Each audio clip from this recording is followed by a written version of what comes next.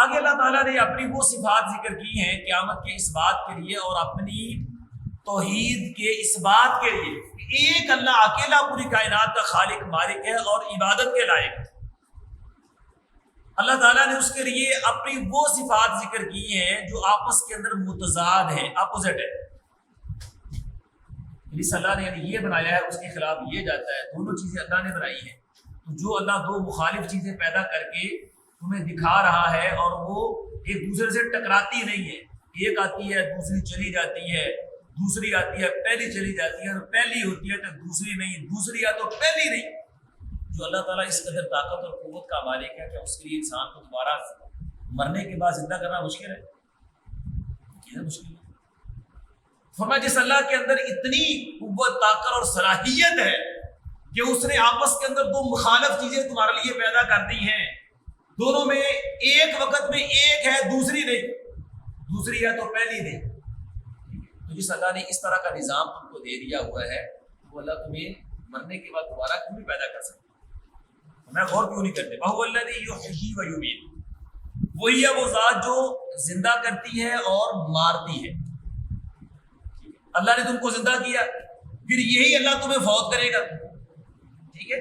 اب انسان کی زندگی ہے تو موت نہیں، جب ہم زندہ ہیں تو اب ہم مردہ نہیں ہیں، جب ہم مر جائیں گے تو زندہ نہیں ہوں گے۔ زندگی موت کے مخالف ہے، موت زندگی کے مخالف ہے، ٹھیک ہے؟ تو یہ دونوں آپس کے اندر ایک دوسرے کے متضاد ہیں، ضد ہیں، الٹ ہیں، ٹھیک ہے؟ زندگی ہے تو موت نہیں، موت ہے تو زندگی نہیں۔ جس اللہ تعالیٰ نے دو مخالف چیزیں پیدا کر دی ہیں، اتنا یعنی کہ نا کہہ لیجیے کہ مشکل چیز انسان کے لیے تو اللہ نے بنا دی ہوئی ہے، وہ مرنے کے بعد انسان کو دوبارہ کیوں نہیں زندہ کر سکتا؟ وَهُوَ الَّذِي يُحْيِي وَيُمِيتُ وَلَهُ اخْتِلَافُ اللَّيْلِ وَالنَّهَارِ، اور اسی کے لیے ہے بدلنا رات اور دن۔ دن کو کیا ہوتا ہے؟ اجالا، روشنی، اللہ نے اپنا لیمپ جلایا ہوا ہے، سورج کی اتنی صاف شفاف اور تیز روشنی ہے کہ بڑی بڑی آپ کے انرجی سیور، ٹیوب لیمپ، ٹھیک ہے نا، اور بڑی بڑی تیز ترین لائٹیں اس کے سامنے کچھ بھی نہیں، ٹھیک ہے نا، وہ روشنی بھی دیتا ہے، حرارت بھی دیتا ہے، ٹھیک ہے نا۔ لیکن جب سورج کا راج ہے رات قریب نہیں آ سکتی، اور جب رات آنے کا وقت آئے سورج بہر قریب آ جاتا ہے، ٹھیک ہے نا۔ سورج ہے تو رات نہیں، رات ہے تو روشنی نہیں، ٹھیک ہے۔ تو یہ دونوں ایک دوسرے کے مخالف ہیں، لیکن دونوں کا ایک وقت مقرر ہے۔ رات کے وقت میں رات یا سورج نہیں آ سکتا، ٹھیک ہے۔ کبھی دیکھا ہے نا رات 9 بجے سورج چڑھا ہوئے، ٹھیک ہے، اور کبھی صبح 3 بجے رات آ گئی ہو، کبھی نہیں ہو سکتا۔ دونوں کا اپنا اپنا مدار ہے، دونوں ایک دوسرے کے مخالف ہیں۔ تو جس اللہ تعالیٰ نے اتنی بڑی مخلوقات پیدا کی ہیں اور پھر ہر ایک کو اپنے مدار اور کنٹرول میں رکھا ہے، حالانکہ یہ انسان کے لیے بڑی مشکل کام ہے۔ آج تک کبھی بے احتیاطی نہیں ہوئی، کبھی ایسا نہیں ہوا کہ دن گھنٹہ پہلے آ گیا ہو، ٹھیک ہے نا۔ آج کل یعنی کہ نا سب سے چھوٹے دن، بڑے دن ہیں، چھوٹی راتیں ہیں، ٹھیک ہے نا۔ صبح یعنی کہ نا کیا نہیں، 3:24 پہ صبح کی اذان ہو رہی، کبھی ایسے ہوا کہ 2:24 پہ دن چڑھ جائے، ٹھیک ہے نا۔ رات 7:12 پہ شام کی مغرب کی اذان ہو رہی، کبھی ایسا نہیں ہوگا کہ 6:12 پہ مغرب کی اذان ہو رہی۔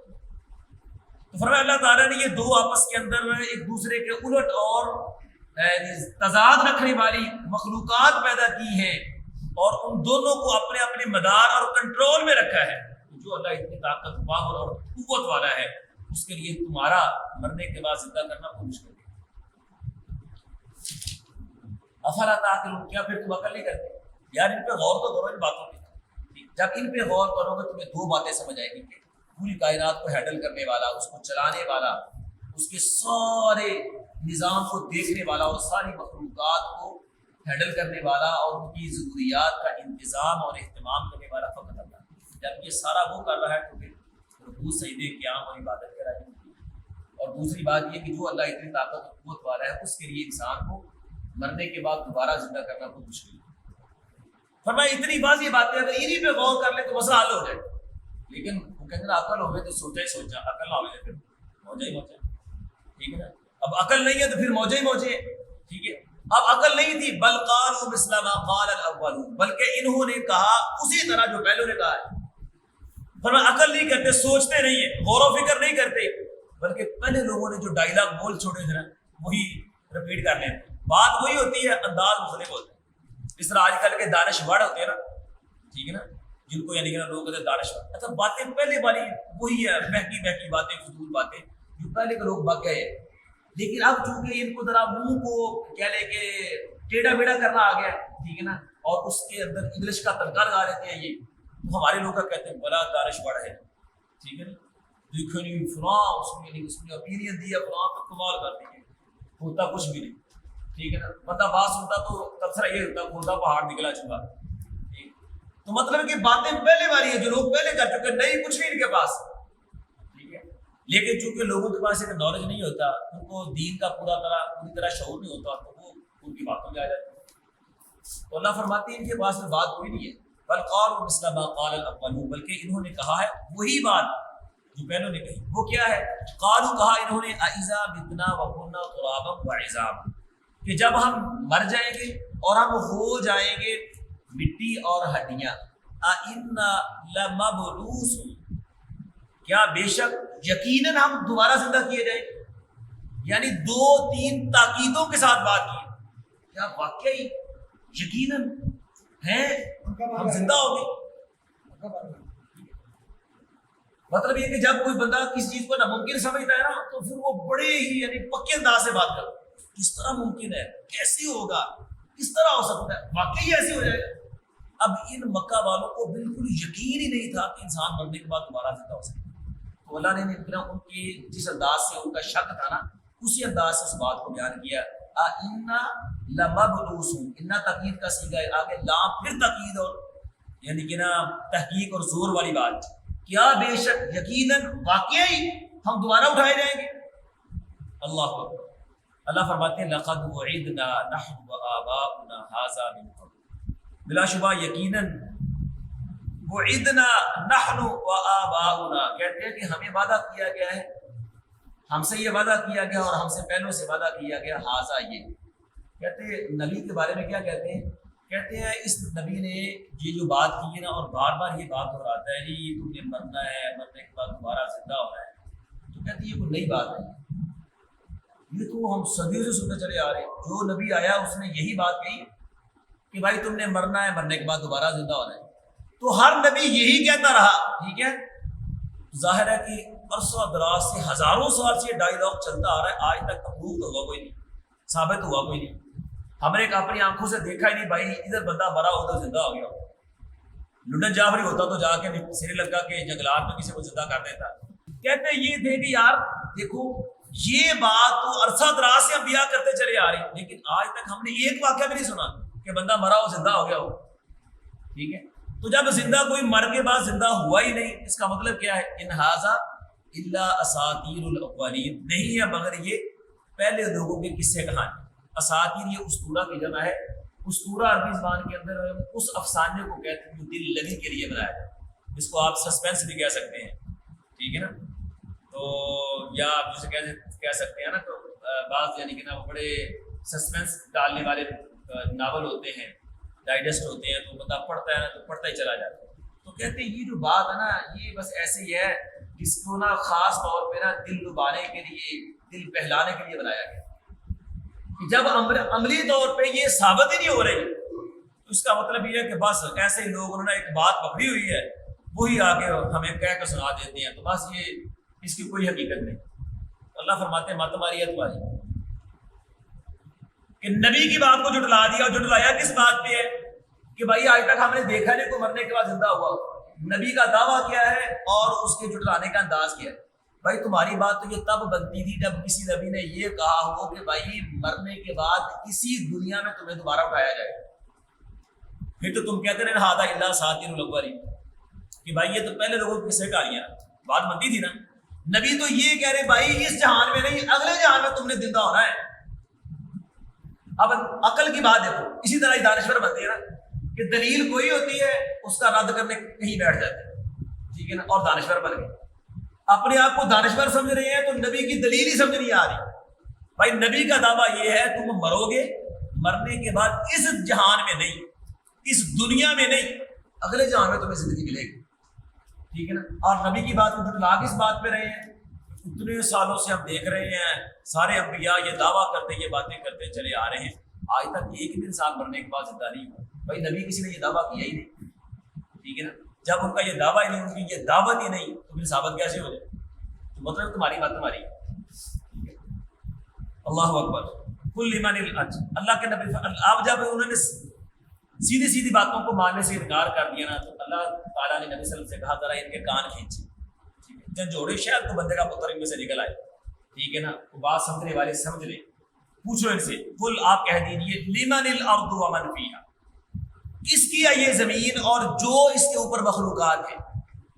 زمین کے اوپر پہاڑ ہیں، کوئلے ہیں، معدنیات ہیں، انسان ہیں، حیوانات ہیں، پرندے ہیں، پودے ہیں، لاکھوں کروڑوں مخلوقات ہیں۔ کس کی ہے؟ کس نے بنائی ہے؟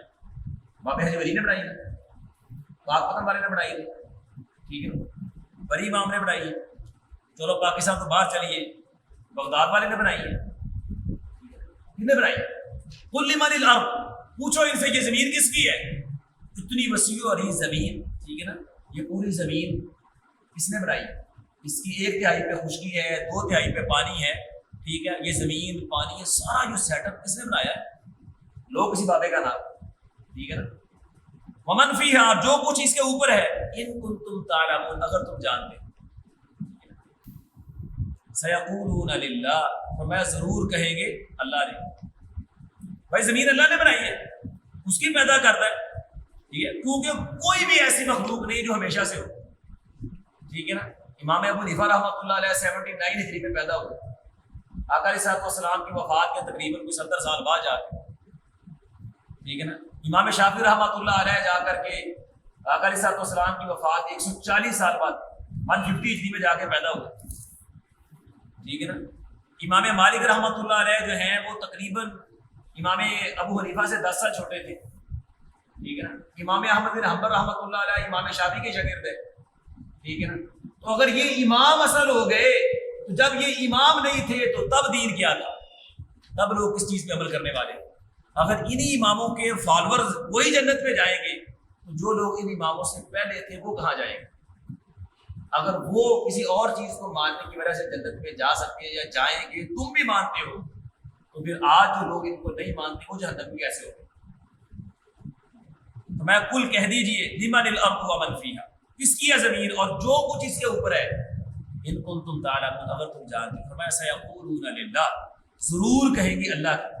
قل، اے نبی پھر ان سے پوچھو، افلا تذکرون، پھر تم نصیحت حاصل کیوں نہیں کرتے؟ تذکر کہتے ہیں دل پہ، دماغ پہ زور ڈالنا، ٹھیک ہے۔ تذکر کا مطلب ہوتا ہے غور و فکر کرنا، ٹھیک، جب کسی بندے کو چیز یاد رہے نا، دماغ پہ زور پا، ٹھیک ہے نا، ذہن پہ زور پا، پھر اللہ کہتے ہیں ذرا دین پہ زور ڈالو۔ یار یہ سب کچھ جب اللہ نے بنایا ہے، یہ زمین اللہ کی، اس پہ جتنی مخلوقات ہیں وہ ساری اللہ کی پیدا کرتا ہے، ان کی ضروریات کی احتیاجات وہ ساری اللہ پوری کرنے والا ہے، ٹھیک ہے نا۔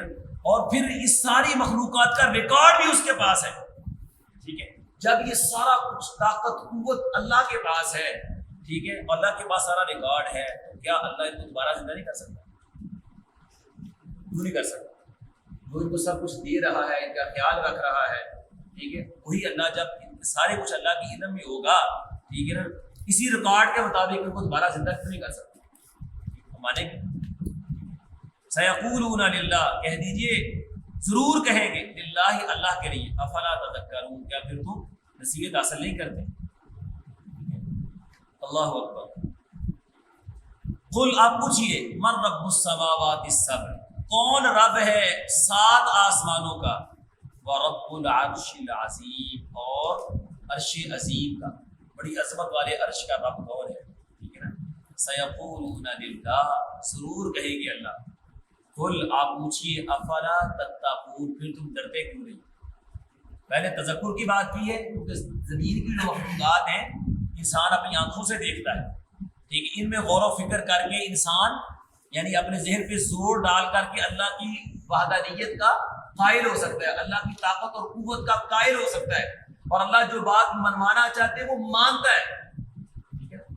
فرمائیے یہ کیسے ممکن ہے؟ دیکھیں ایک بندے کا غلام ہے، ٹھیک ہے، وہ اس کی پوری اطاعت اور بندگی کرتا ہے، اس کے کہے اس کا کہا مانتا ہے، اور ایک غلام وہ ہے جو اس کی باتیں نہیں مانتا، ٹھیک ہے۔ اب نتیجہ کیا نکلے گا؟ جو اس کا فرما بردار ہے، آقا جو باس اس کا ہے، وہ اپنے فرما بردار کا اچھا سلوک کرے گا، اس کی ضروریات کا خیال رکھے گا، ٹھیک اس کی سیلری کے اندر اضافہ کرے گا، اور جو اس کا نافرمان غلام ہے، ٹھیک ہے نا، جو اس کا متاحت اس کا نافرمان ہے، نتیجہ کیا نکلے گا؟ اس کو سزا دے گا، ٹھیک ہے، اس کو نوکری سے نکال دے گا یا اس کو جیل لگوا دے گا، کرے گا نا ایسے؟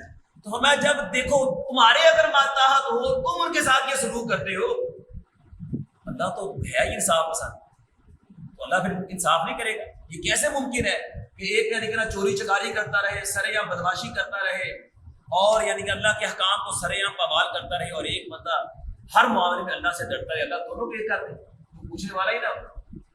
ایک انسان سے اس ظلم کی توقع نہیں ہے، جو اللہ سب سے بڑا انصاف پسند ہے، ٹھیک ہے، جس کی صفت المقسط ہے، انصاف کرنے والا ہے، وہ اللہ کیسے اتنا ظلم کر رہے؟ ہم نجعل المتقین کالفجار، کیا ہم پرہیزگاروں کو فجار اور نافرمانوں کے برابر کر دیں گے؟ ہمیں ایسا نہیں ہے، بلکہ ہم نے ایک دن مقرر کیا۔ یہ دنیا یعنی کہ نا یہ اللہ تعالیٰ نے امتحان کے لیے بنائی، ٹھیک ہے نا۔ انسان شیطان انسان کے دل میں وسع ڈالتا ہے، فلاں بڑا بدماش ہے، اور ڈبل شاہ یعنی کہ نا لوگوں سے اربوں اینٹ گیا، ٹھیک ہے نا، 12-14 سال جیل بھی ہوئی، پاکستانی عدالتیں ایک ٹکا نہیں اسے نکلوا سکی، وہ رہا ہو گیا، لیکن اللہ کی لاٹھی بھی یہ بات ہے، اچانک مر گیا۔ رہا ہونے کے بعد عدالتیں ماری، اس کو 12-14 سال قید رکھ کر کے اس سے ایک ٹکا نہیں نکلوا سکتی، ٹھیک ہے نا، اتنا وہ شاطر آدمی تھا، ٹھیک ہے، لیکن باہر نکلا اچھا بنا تھا، ٹھیک ہے نا، 1 سال وہ مشکل گزرا ہوگا، ہارٹ اٹیک بچا لیا۔ اللہ کی لاٹھی بھی یہ بات ہے، کروڑوں جو لوگوں سے اسے دھوکہ دہی سے اٹھے تھے یہی چھوڑ کے چلا گیا، ظاہر سزا نہیں دی۔ جوید اقبال نے 100 بچوں کو تیزاب میں ڈال کے مار دیا، ٹھیک ہے نا، ہمارا قانون اس کو اس کی جرم کے مطابق سزا نہیں دے سکتا۔ یہ دنیا ہے، سبحان اللہ، یہ کچھ بھی نہیں، یہ اللہ نے ایسے، یہ اب صرف انسان کے لیے اللہ تعالیٰ نے آزمائش کی مختلف چیزیں رکھی، اصل وہاں پہ پکڑ ہونی ہے، فرمایا وہاں پہ پتہ چلے گا کیا باؤ بکتی ہے، یہ چیخیں گے چلائیں گے، ٹھیک ہے نا، کوئی سننے والا نہیں ہوگا، 1000 سال بعد جا کے وہ پوچھے گا، کہیں گے یا مالک لیقضی علینا ربک، وہاں مالک اللہ نے کیا تھوڑا عذاب تھوڑا یعنی گیر جڑا نا چھوٹا کر لیقضی علینا ربک، تو آگے سے کہ دفاع ہو، ادھر ہی رہو گے۔ ایک روایت قرآن کی سورہ آگے اگلے رکوع میں پڑھیں گے نا، قال اخسؤوا فیھا، دفاع ہو، ایک ساتھ کتے کو اگر دھکانا اور کتا ٹانگ کو پڑے، ہم کہتے ہیں ایسے کرتے ہیں، اس کو کہتے ہیں اخسا، کتے کے لیے لفظ بولتے ہیں، اللہ فرمائے اخسؤوا فیھا ولا تکلموا، دفاع ہو جاؤ، منہ نہ لگاؤ، ولا تکلموا، بات نہ کرو، وہاں کی جو ذلت ہے، وہاں کا جو عذاب ہے، اعاذنا اللہ، اللہ ہم سب کو محفوظ رکھے، اس کا ہم اندازہ نہیں کر سکتے، ٹھیک ہے، وہ جہنم کی آگ دنیا سے بہتر بہت تیز آگ، اللہ اکبر۔ اللہ فرماتے ہیں کہ جہاں تم یعنی کہ نا اچھے اور برے میں انصاف کرتے ہو، تو جب تم بے انصافی پسند نہیں کرتے، تو وہ مالک الملک حاکم الحاکمین جس کی صفت مقسط ہے، انصاف کرنے والا، وہ کیسے بھی انصاف کرے، ٹھیک ہے، تو ظاہر ہے جب اس نے انصاف کرنا تو دوبارہ تم کو مرنے کے بعد زندہ کرے گا۔ اس لیے تم سے پوچھا زمین کس کی ہے؟ اللہ، زمین پہ سارا کچھ ہوتا ہے، اس کا حساب کتاب چکانے کے لیے اللہ تم کو زندہ کرے۔